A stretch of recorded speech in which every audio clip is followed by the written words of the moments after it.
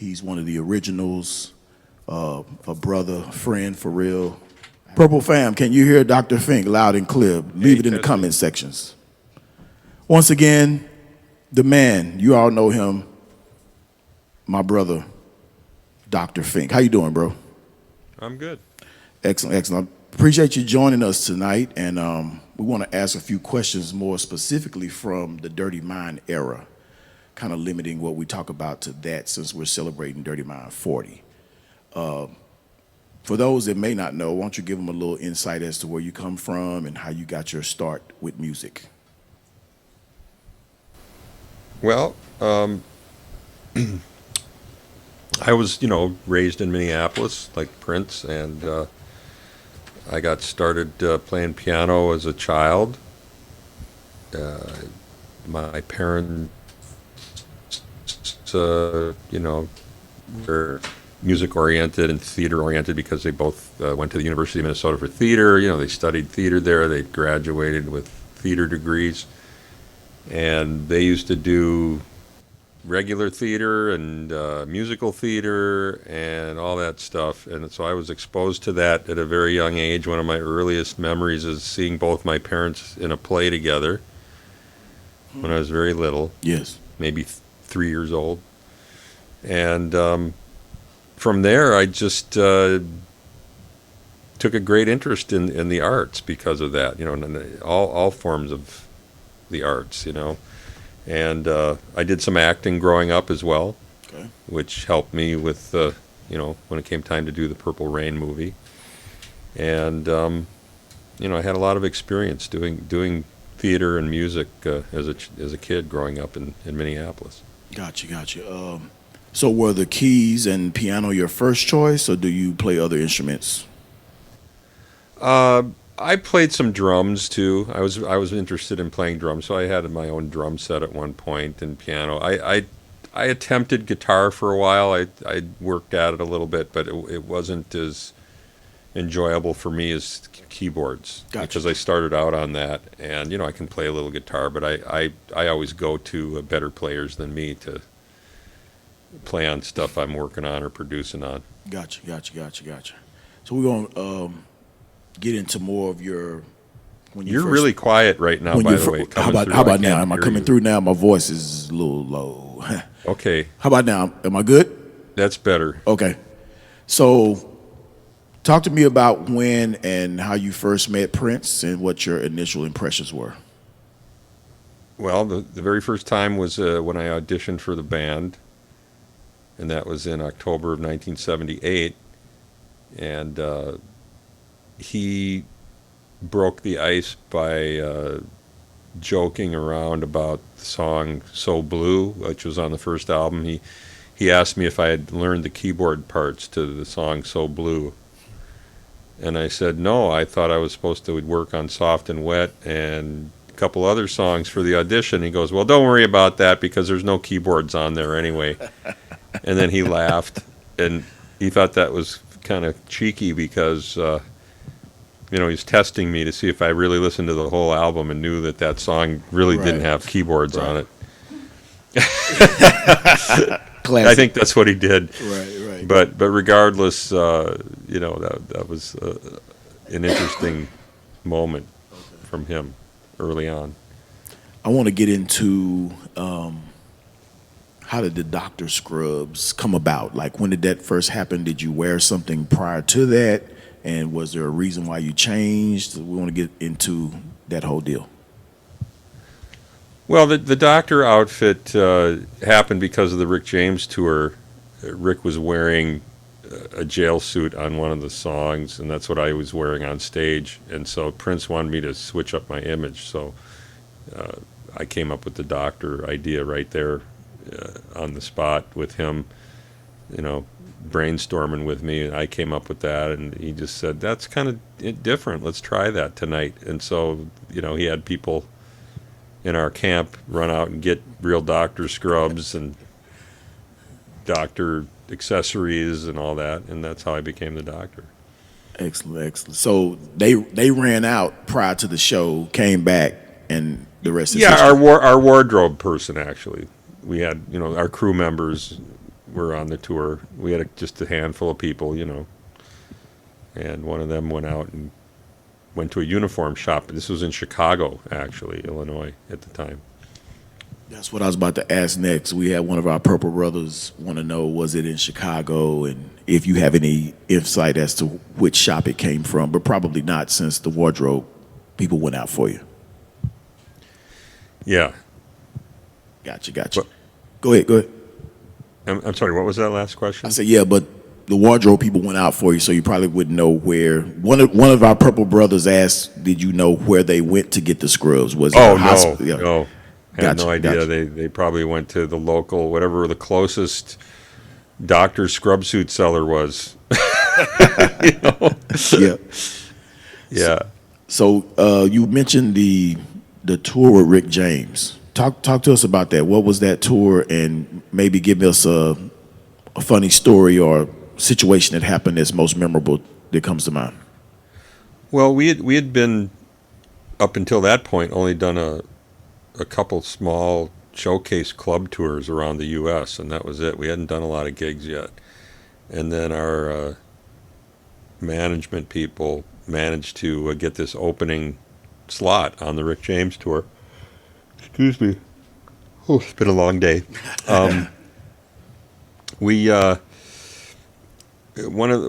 was interesting is, Prince at that time, throughout most of his life, really, he was totally dead set against doing drugs and all that stuff, And if anybody in the band was doing drugs, usually, if he found out, you'd get in a lot of trouble. And, of course, Rick on that tour was doing the Fire It Up tour, Yeah, we know. which was all about the smoking the weed Firing on it up. stage and the whole thing. Right. So he kept trying to get Prince to get high with him and smoke weed before the show, after the show, during the show. And then he was also drinking a lot of Courvoisier cognac on the stage, too, along with all that. And for all I know, there may have been some other white substances going on, too. But I wasn't aware of that. I just know that Prince was highly perturbed about that at times. And, yeah. So that was one bone. That was a bone of contention, So as they say. do you between the recall, two. like, if Rick said something to Prince about changing the look while on that tour? No. You don't No. recall how that came about? No, the whole doctor thing was just because Rick was wearing the jail suit, and then Prince saw that. and he said, came- Yeah, gotcha. the headliner's wearing a jail suit on the one song, which was "Bustin' Out of L7." Right. So he just thought, because we were the opening act, I shouldn't be wearing a black and white jail suit. Gotcha. So when you guys returned from that tour, what was the very next thing you guys worked on?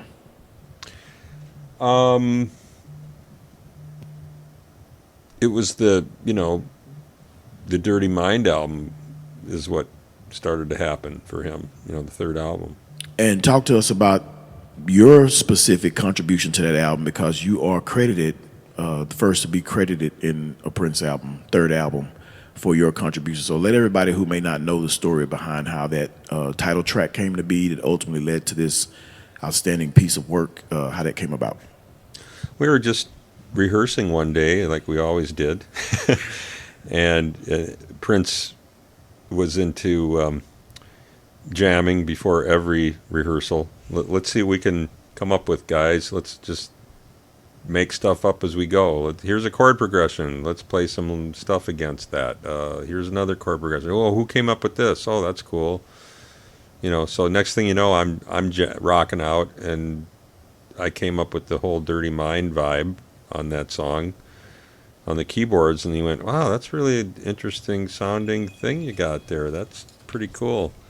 Hang on a second. My phone is ringing here. Sorry. And so I just said,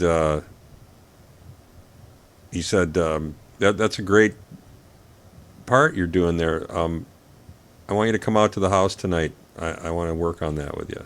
So he had me come out to his house, where he had a little home studio set up.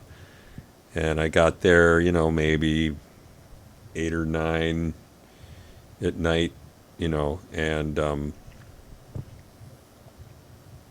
ended up leaving about 1 a.m., I think, Wow. after we tracked all the parts. And then I left, and he wrote the lyrics and melody and added more guitar and brought it to rehearsal the next day. The next day. Yeah, the next day. And then- what was your thoughts when you walked in and heard the playback? I was astounded because he did it so quickly.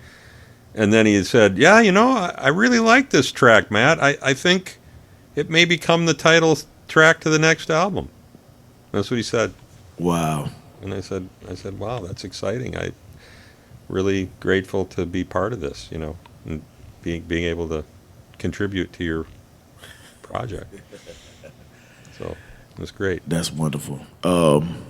So talk to me about some of the more iconic photos that have surfaced from that time. You with your stethoscope on the wall, different images that have been placed out there from that particular era. Where were you guys located in some of those shoots? Were they impromptu? Were they scheduled? How did that go about? Could you repeat that again? I'm sorry. Some of those classic photos from the Dirty Mind era, like with you with your stethoscope checking the wall and everybody kind of Oh, that in the room. stuff. Yeah. Well, that was just really again improvisation. We're basically just Al Bolio was the photographer. He's running that, and he was making suggestions. Okay, well, we're going to get on this bed. We're going to look all messy on the bed. I'm sure the concept was Prince's though, more than anything, to do all that in the room. And then the part where I'm listening to the wall, it's just something that came naturally to me because I got a stethoscope in my hand. Right. And I'm trying to look like the Dirty Mind doctor listening in on someone's conversation in the next room. Excellent. Makes sense. I like that. Now, the videos that you guys shot from the Dirty Mind album, they all appear to be at one location at one time. Was that a performance like uptown, and all those videos were kind of seemingly shot at the same location? Prince was in the same outfit. You guys like maybe took footage from a show and turned it into videos. What was that? That was just a sound stage in L.A., in Los Angeles, that they, rented to do the videos at, and they set up our stage in there, and we went for it, and they brought a small audience in, so we'd have a live, group of people in front of us perform, so we could perform to that. Even though we're lip syncing to the track, they wanted to have a live concert feel, Yeah. And with some of the artwork that we were just mentioning, what did you learn about how the album cover came about? For those that may not know the image in the background or how that whole day might have went with a photo shoot, were you guys there, and then, or was that a separate shoot? That was a totally separate shoot? Yeah, it was a whole separate thing that he did, and I saw it when it was done. Wow. So I wasn't privy to any of that. Gotcha. Yeah. Now, when you and Lisa worked together, how did you go about dividing up the keyboard parts and the cool solos and determine who's going to play what and how that was going to be laid out? Well, it was usually a combination of Prince and the two of us working together to figure that out, pretty much. And, sometimes we just sit there and go, well, what do you want to play? I don't know. What do you want to play? Which parts you want to grab? Okay. Nah. But sometimes Prince would delineate those things too. Just depended, song to song. We had someone sent in that wanted to know, Dirty Mind has a demo-like sound. Were there any thoughts ever given to polishing the sound up more, or was it purposely done in that fashion? That's a good question. I know that the record label, when they first heard it, thought it was a bit demo-ish too, and they wanted him to polish it more and add some things to some of the songs. He told me this in his meetings with them, and I just he didn't want to do that. He wasn't happy with Warner Brothers doing that and telling him what to do. So he basically rebelled and said, "No, I'm not going to do that." And they just went with it because his contract really gave him full control over what he wanted to do.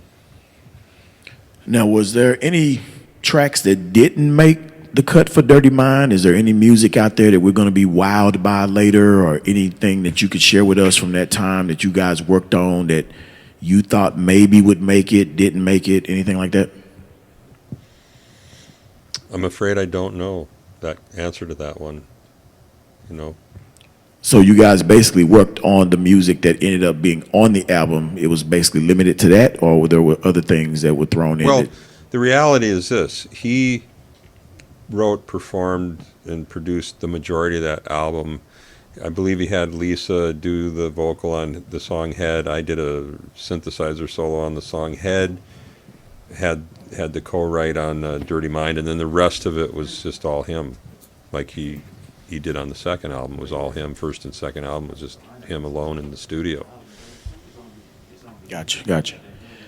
Another one of our Purple sisters sent in, wanted to inquire about, over the years, did you find that the bands rehearsed more when you had fewer songs that were being incorporated into a project like the Dirty Mind era, or did you rehearse more as your repertoire grew? This is all for Prince. Well, And they look black. no, right, the but it's actually the rehearsals really Shout out to were Tiffany, my cousin, pretty for much hooking me up.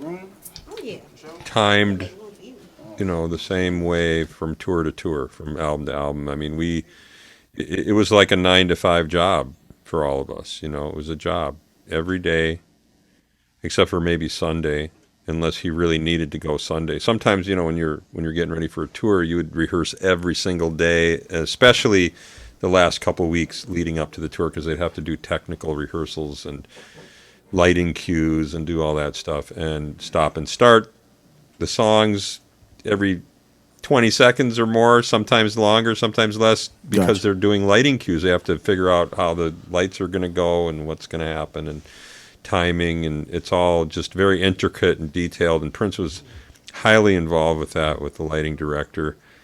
And but yeah, rehearsals, just basic rehearsals, were always the same. It was you'd show up at work, get there in the morning, do some rehearsing on your own. Prince will show up, and then we go the rest of the day all the way up until 5, anywhere between 6 and 8 at night.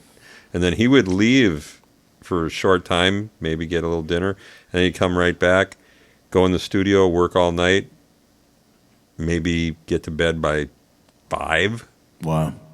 6, then he'd be up again at 10, Wow. 11 a.m., and starting over the day again, Wow. doing that again, day to day. That's how dedicated and a hard worker he was at his craft.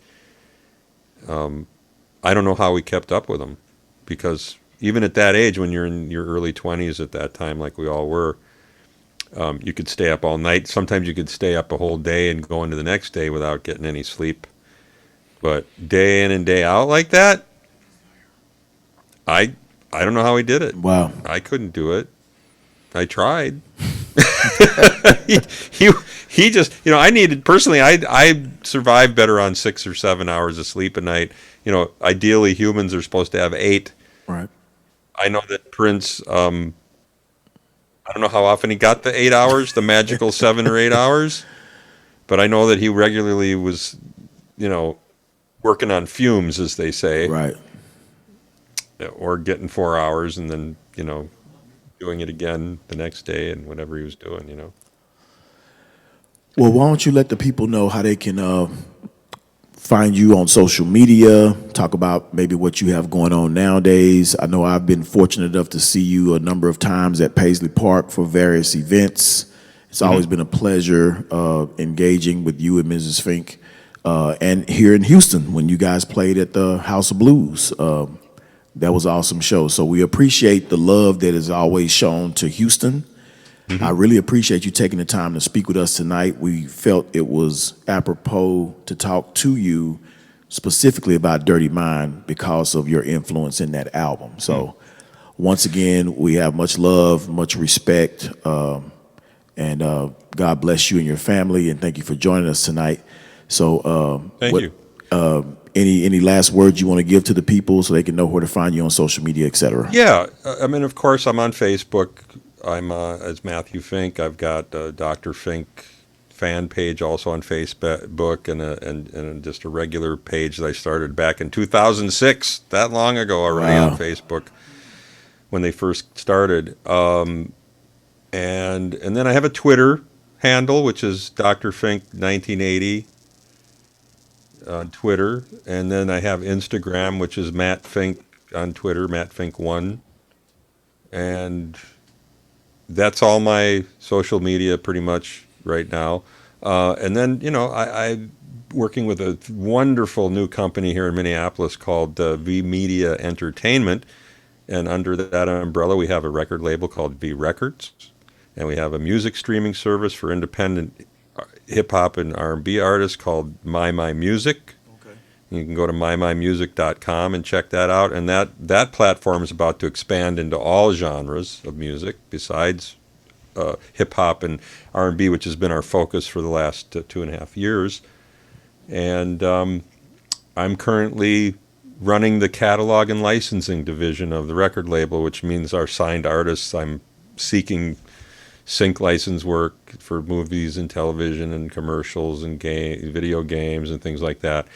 And one of the divisions at the company here in Minneapolis, which is, our company's owned by ADX Labs here in Minneapolis. So V Media is part of ADX Labs. Their game division, video game division, is just finishing up a game called Rhythm Rumble, which I helped to produce all the music for. Oh, okay, cool. And I brought in several other composers to work with me. It's a fabulous project. It's music based, and that'll be out this spring of 21. Okay. So that's going to feature some really great music, and we got some good people from all over the planet working on that project. It's all instrumentals, of course, but there'll be a soundtrack for it, and it's exciting. My Awesome. first project for that company. They're fairly new as well. You guys be sure to check out Dr. Fink. And wait, one more thing. I have to plug one more artist on the record label. Yes, do, please. Who happens to be my son, Max. And his stage name is Max Millie, and that's spelled MVXMILLI. I'll say it again. It's like Roman numerals. MVXMILLI. Max Millie. He's on Spotify, and it's really great music. And I'm not just saying that because I'm his dad. And I just want you all to know that I did not sign him to the new record label. It's not my label.